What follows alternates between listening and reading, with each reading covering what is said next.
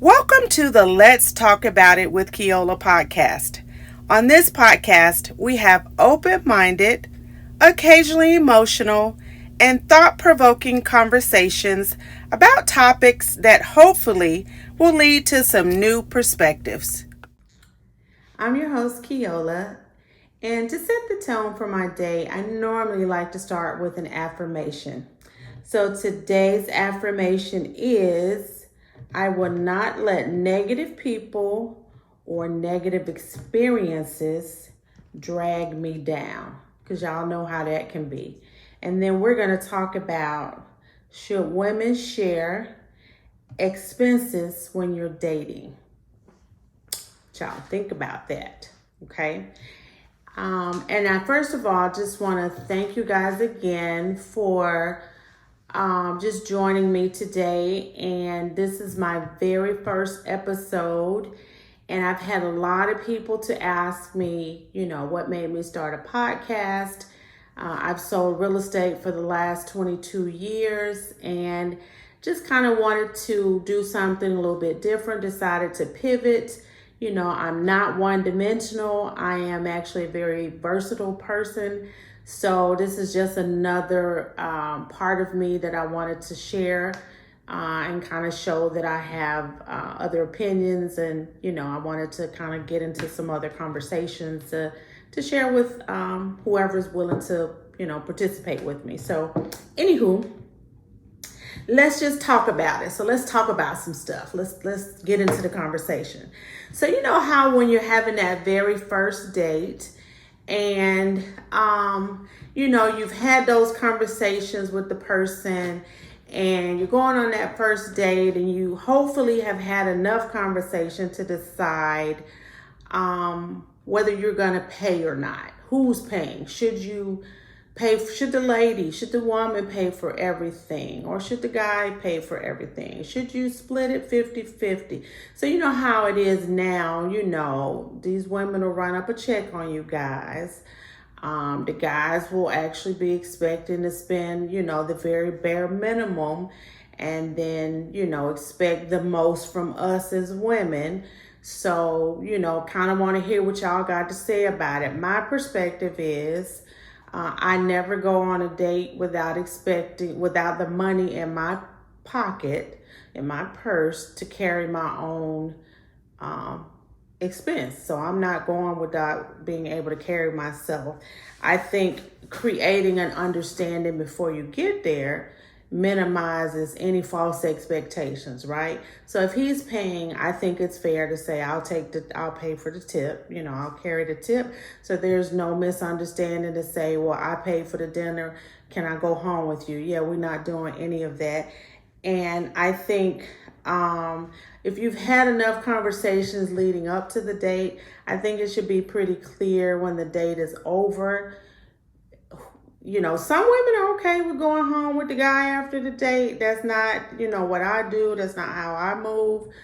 I'm worth way more than a dinner. So it's going to, you probably not going to have enough dinners to get me to just go home with you on a dinner. So that's not going to work for me. But for some women, that's all it takes for them. And if that's all it takes for you, then by all means, go home over a steak. Okay, cool. But for me, no. But for men, you need to also be careful because it's some materialistic women out there that'll run up a check on you, right? So you need to be listening for those clues when y'all talking. If she's real materialistic, she's probably looking for a meal from you to make sure that when she go out with you, she has no plans on giving you nothing, but she gonna run up a check on you. So that's just me warning you to give you an advance preparation for it. So when you're talking to her, prepare yourself. Listen for those things. Listen to see what she's saying. And there's nothing wrong with taking her somewhere nice, but it also depends on what you want out of it. You might be going out with her because all you looking for is a one-night stand. You have no intention of taking her any further than the restaurant and then back to wherever you can go to get your needs met. So if that's the kind of dude that you are and that's the way you move through life, then by all means, if that's all you looking for, then make your position known up front, because maybe that's all she wants. Don't waste dinner. Why are y'all gonna spend money on a dinner? Just go ahead and have a conversation and get that over with and get you a cheap burger and call it a night. But for those people who are looking for a real date, who want to go somewhere and have a quality evening, have some decent conversation, Atlanta is the place where we have a lot of choices to go for some really nice date spots. You'll probably see on some of my podcasts where I talk about some of those places and kind of give you some reviews on them, but definitely have some conversation on them, but get an understanding of who's paying and who's not. Another perspective would be like an independent woman. If you're going out on a date and you're an independent, I consider myself an independent woman. I can pay for my own meal. And you have those guys who kind of don't really like that, I guess you would say.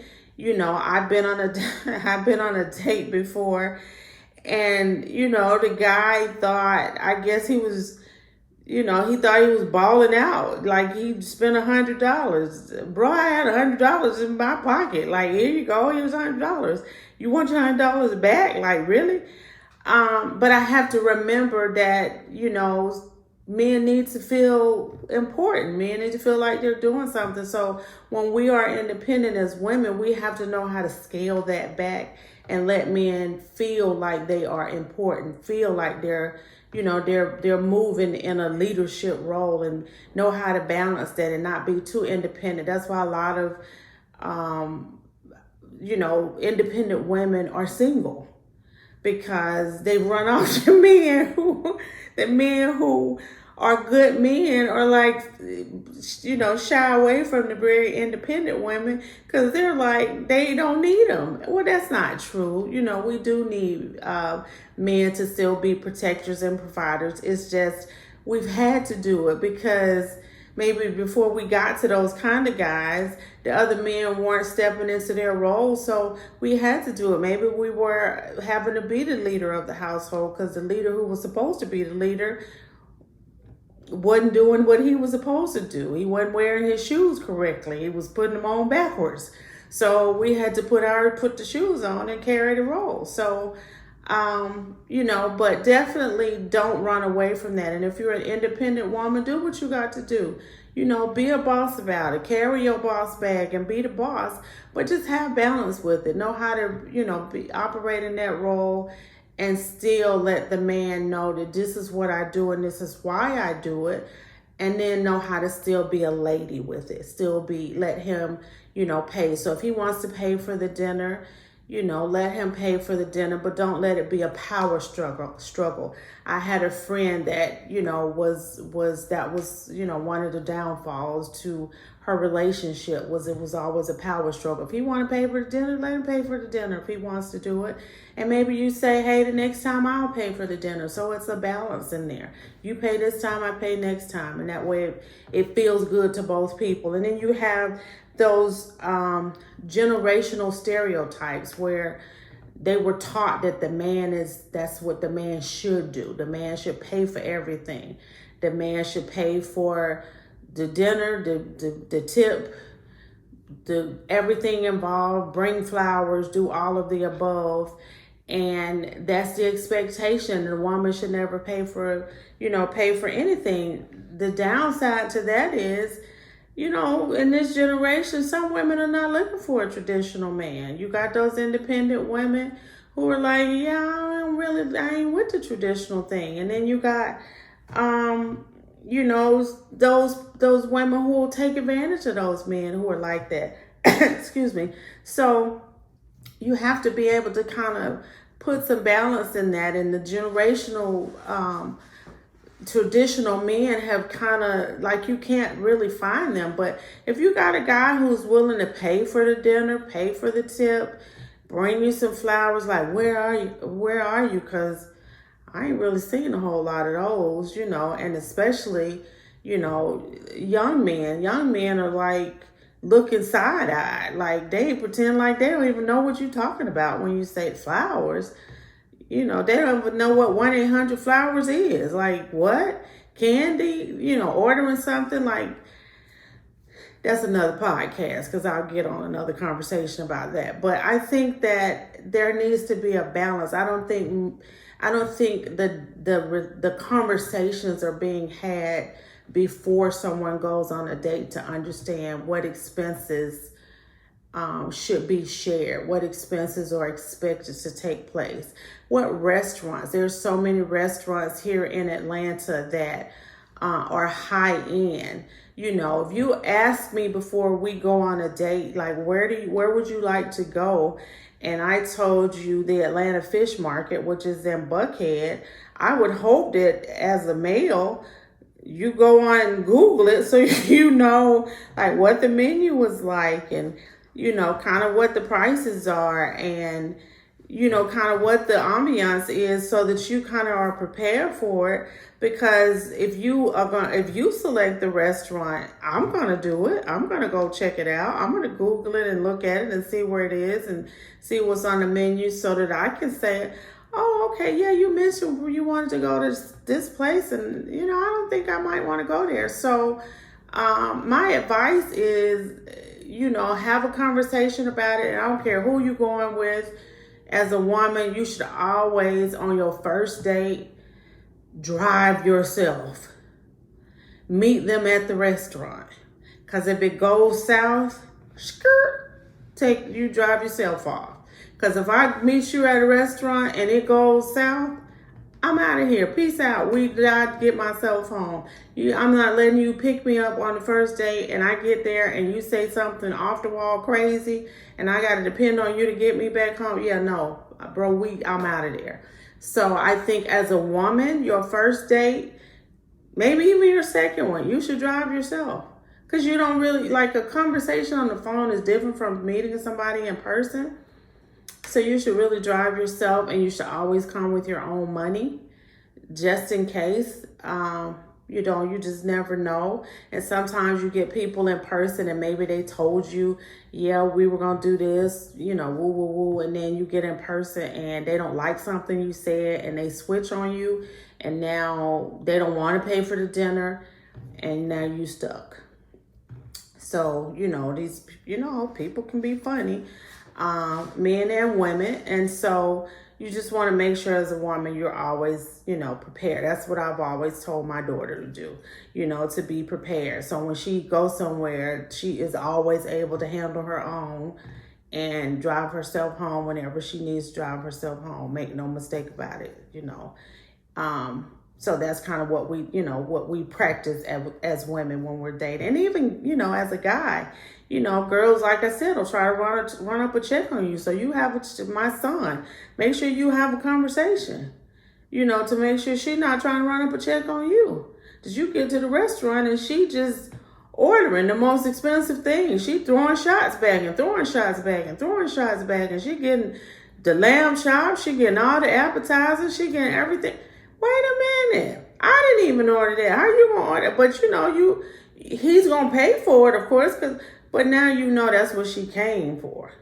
So you just have to make sure that you've had the right conversations and set the right expectations. But I think that the dating process is very interesting when it comes to those conversations. But definitely the first date is usually the most interesting because we have so many choices of restaurants that you can choose from.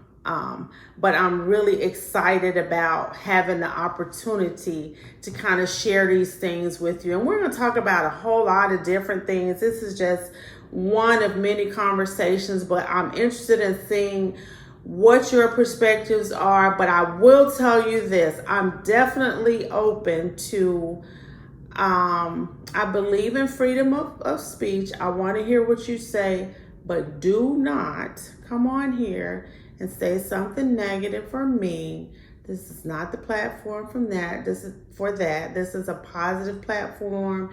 This is where we're going to come on here and have love, and we're going to share feedback, and we're going to talk about things that are going to help us grow as a people. And we're going to talk about some things eventually that's going to help us grow in our pockets and, just become better overall. It's enough going on in this world to bring us down emotionally if that's what we were looking for. So this is not for that. So if you do it, if you decide to put something negative in my comments, not only do I believe in freedom of speech, I believe in blocking you. So I will block you. So I will delete your comment and block you. So do not do it, okay? I do have no problem doing it. But anywho, thank you guys for joining me. And I just want to say, there you have it. And thanks again for joining me today. And just remember, for full episodes, to subscribe on Spotify and YouTube. And make sure you follow me on TikTok and Instagram. And love you without judgment, and see you next time.